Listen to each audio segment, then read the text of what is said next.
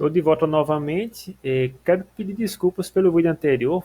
Deu um corte ali, porque meu gravador está limitado a 5 minutos. Então eu tenho que conseguir responder tudo em 5 minutos. E às vezes eu vejo, está acabando os 5 minutos, eu continuo, blá, blá, blá, blá, blá, e acaba cortando.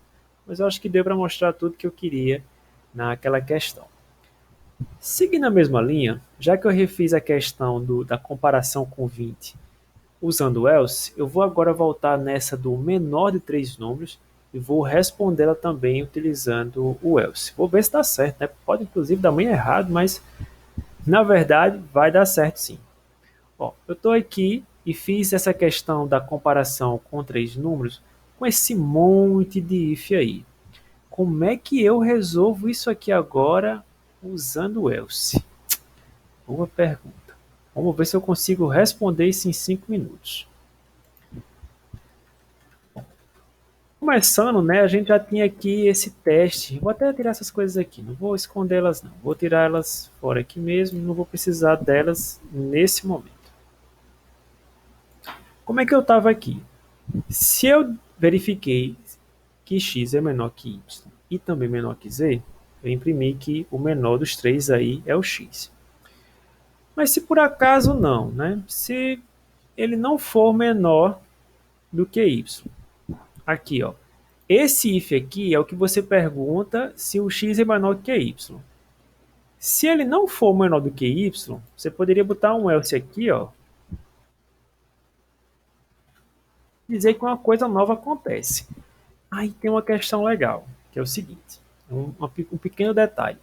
Esse else da linha 12, ele é o else desse if que está aqui, ó, o if x menor do que y. Esse camarada não tem relação nenhuma com esse if interno que tem aqui, que é o x menor do que z. Ele não sabe nem que esse cara existe. Ele só conhece o if que está acima dele. E ele, esse else aqui, é um else que ocorre caso o x seja um número maior do que y. Se o x for maior do que y, já é o suficiente para o x não ser o menor dos três. Então, já que isso já é o suficiente para não ser menor do que os três, você pode cair aqui nesse else e agora verificar algo sobre y. Se já não era o x menor dos três, você pode agora comparar o y com os outros dois, né? Com x e com y. A questão é o seguinte: se ele caiu nesse else aqui, é porque o x não é o menor. Se o x não é o menor, eu não preciso mais comparar com ele. Não é verdade? Vocês concordam comigo? Eu não vou ter que comparar novamente com o x porque ele caiu nesse else, porque aqui foi falso. O x não era menor do que y. Então, por simplicidade, eu vou comparar só com z.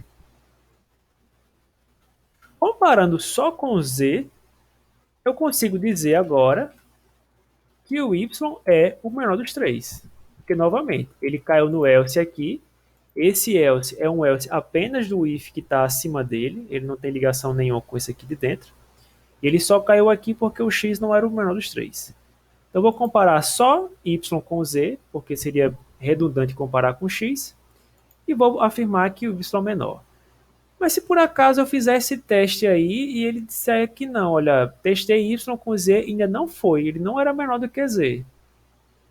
Se ele chegou até esse ponto e descobriu que o menor não era x, caiu no else, o menor não é y, caiu aqui, né? Passou aqui, e esse y não era o menor, eu acho que só tem três possibilidades aqui.